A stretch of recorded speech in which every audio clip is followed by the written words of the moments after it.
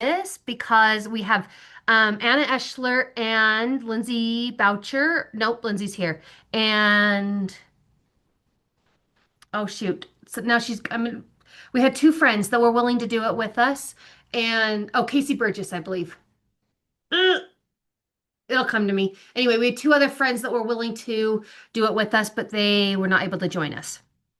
So I'll send it out to them. I just wanted to be able to give the same information you're getting.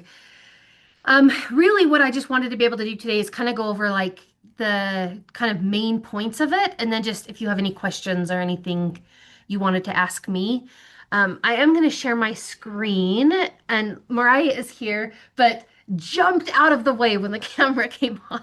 Absolutely did not want to be on camera. So just so you know, Mariah is over here as well. She will be kind of joining this with us as she's our project manager with instructional coaching this year, but she just is off to the side.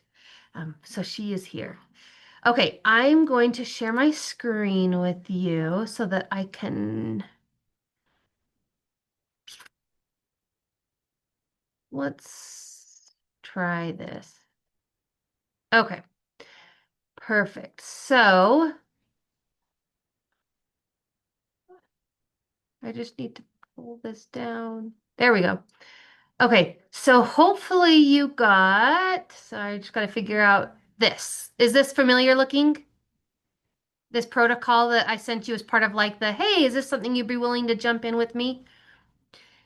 So it's pretty wordy, but I wanted to try and anticipate as many questions as I could going into this. But here's kind of the bullet points of the bullet points version. What we're kind of thinking of is anywhere between 2 and 4 coaches, ideally 3, but it could just depending on how it works out. I'd like to group you by um, location, like region, so that we don't have people crisscrossing the valley for this. It just would be too much time out of your schedules, and I don't want to waste your time with that. But grouping you kind of by area, either in duos, trios, or quads. And let's say that we're going to do trios. You would get together in the next couple of weeks and decide, let's say that me and Lonnie and Archer were a trio. We'd get together and decide, okay, for September, Archer and Lonnie are going to come to my school and they're going to watch me do one coaching interaction, just do or part of a coaching cycle, do a coaching interaction, a pre-conference, a post-conference. They're just going to watch me do part of a coaching cycle. The protocol is in here, and we can get into that in just a second. But essentially, they're just silent bystanders as part of that. I will have cleared it with the teacher so that the teacher's comfortable that there are going to be some people there that are watching that. This is not at all about the new coaching template. So this isn't at all about you guys watching the new coaching template and kind of being like, oh, well, you got that part and you didn't get that part. This is just really about like kind of the art of coaching, how like, and giving you authentic feedback about whatever you want feedback on. So if we were to meet, if you look through kind of the pre-walk preparation, we would schedule the time. The idea would be that in the fall, we would each be observed, or fall, winter, we'd each be observed once. And then in the spring, we'd each be observed once. So within the course of the year, we'd each be observed twice, and we'd be the observer 4 times. Again, that's if we were in trio. Um, the host would, prepare kind of for that day by making sure that they had a teacher that was ready to be observed.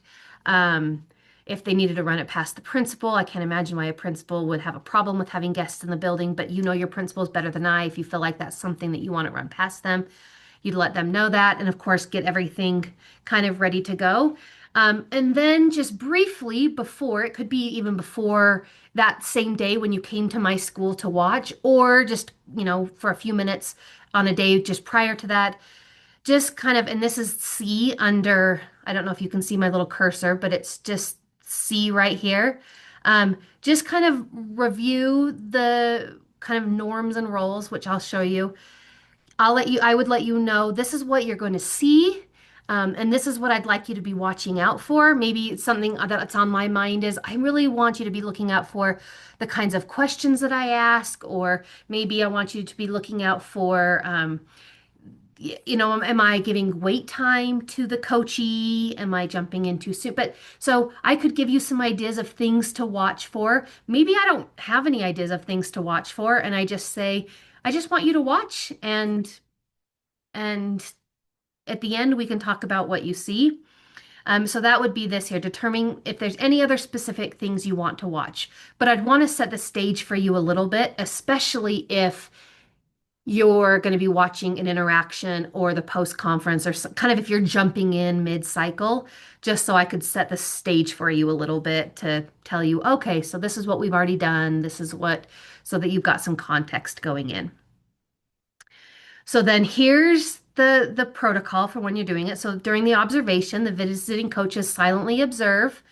You don't interrupt or interact in any way. And that, by the way, is the hardest part for me. You have been in so many meetings with me where you realize, like, I am the worst at sitting on my hands in meetings. And as I've done this protocol back, like when I was a coach, and even as I've done something like this when I was a principal, it is so hard for me to like not want to jump in and be like, oh, well, did you think about that? Like, or did you, in fact, even when I come out and I do some coaching with you guys, but if there is, if you if that is something that you feel like, oh, I've got this great idea, sit on your hands and then wait till the debrief with the coach. And then that's the great time for you to be, you can give them some ideas of, oh, I wondered if this was be something you can add to that, or I wonder if you thought about that. But just you are just a fly on the wall. And then just a reminder that the focus is on the coach behaviors and language, the use of the coaching cycle and coaching tools. Again, not like the actual coaching cycle, but just making sure that we're using those tools. Alignment to whatever the coaching goals were, and then we're making sure that we're focusing on student achievement and student-centered goals. So then after the, however long that interaction was, this part is going to be the post conference is important to do like in the moment, which is why these interactions, you like the visits need to be anywhere from like 60 to 90 minutes. Is you're going to chat for a second, watch for, at least 20 to 30 minutes, however long that interaction is, and then have at least 20 to 30 minutes to be able to chat, because then you'll have a chance to give some warm feedback, like what did I admire about the coaching? Some reflective questions and wonderings, like what patterns did I see? What made that coaching impactful? What wonderings did I have? Like, I wonder if this is something that you've done before. I wondered if you thought of something like this. And then anything that's transferable to your own coaching as the observer, something that you'll take back to your own practice. And then it gets into a little bit of like some learning capture and some norms. Um, there is within this as well an observation tool. Just know that I will never collect or ask for these observation tools. This is purely something that I created. As it's a conglomeration of a lot of different observation tools, including ones that a bunch of them that I had from like Solution Tree and some different things. I just put together bits and pieces of a lot of really good ones. But really, this is something that you're welcome to use to just help guide your observations, just so that you've got, I always need places to take notes, especially if I don't get to talk. So it just gives you places to take notes, and then places at the end where there's that like warm feedback, wonderings and questions and takeaways from my practice. This would just be your tool for you to keep, for you to write on, for you to just have and use as part of your debrief. You could leave it with the coach. You could take it back with you. Since it's my notes, I'd probably want to take it back with me so that, I have whatever I wanted to bring back with me. The only thing that we're going to ask for from you is just after each one of those meetings that you each fill out this reflection form. And we've made it as short as possible. And honestly, ideally, it'd be great as if you just even went in the car. You could do this like on your phone in the car, just dictate it even into your phone. But all it asks is, were you the coach being observed or the observer? In fact, I'm going to preview it. And the reason we just want it done fast is so that it's just fresh on your mind. Sometimes when we get back to school and you're hit with all of the things that you need to jump into, it can, you know, get down the priority ladder, which I promise I understand. But you would just mark whether you were the observer, what school you were at, the date that it was, just what part you observed. And this just kind of gives me ideas of, too, of like, um, what are the themes for what were the more easy what did people want to show? What did people want to see? What just it kind of helped me get some information. And then if I were the observed coach, just give me some ideas of how did being observed and coach feedback help me refine my practice? What do I think adjustments would I make? This is not like you don't need to bare your soul. If there were things that you're like, oh, that was something that I don't really feel comfortable sharing, you don't have to tell me every gory detail, but just give me some ideas that would help us get some feedback for how this is going. And then same thing, if I were the observer, what kinds of things would I take back and adapt to my own practice? The last couple of things just gives me like feedback on the protocol. Was it a good use of my time? Was the reflection forms helpful? How comfortable are you with your triads? That's actually going to be one of the trickiest things to put together on a large scale is you kind of have to get that trust and vulnerability pretty quick. And so, one thing that we'll talk about at our mid-year in-person meetup and our end-of-year in-person meetup will be I want some ideas from you on ideas for how we can set this up for, again, next year if we take this coaching wide, how we can set these up to have the best chance for trust to be able to be set up quickly. And if there are certain things that we can do, certain exercises, experiences that we can put in place so that that trust can be established. Because we know it's hard to be vulnerable if we don't feel that trust. And luckily, by saying like, yeah, I'm willing to be part of a pilot, you're kind of saying like, yeah, I'm okay kind of putting myself out there. But when it's something that they didn't necessarily sign up for and is thrust upon them, that is going to be a little bit of a trickier hurdle to jump. Then just were there any barriers to completing the learning walks this month? That could be anything from scheduling was a nightmare or somebody got super sick and was so not looking for you to throw anybody in your triad under the bus or anything, but just were there any barriers? And then if there was anything that you needed to add. None of these need to be long-winded. I promise I'm not asking you to spend hours on this. Just enough feedback that we feel like we're getting some idea of how it's going for you. If at any point you're like, yeah, I really need to give you, a lot more feedback, please just reach out to Mariah or I. We're happy to chat about it. Anytime we're at your schools or anytime I'm happy to come out to your schools. So this would be after each month at each time you meet. And then November's and April's meetings, we'll just hang back after Coaching Academy for half an hour to do an in-person roundtable of just a little more of an in-depth um, on how it's going and what some barriers have been, what's going really well, what you wished you had had, just kind of all those things, so that when we take it to the masses, we've got as good of a product as possible. Any questions? Any questions, thoughts, comments, concerns? No? Okay. Let me show you who has indicated sorry, I've got way too many screens up. Um, I think it's behind. No, let's see. That's the breakout. That's the breakout. Maybe I don't have. Oh, there it is.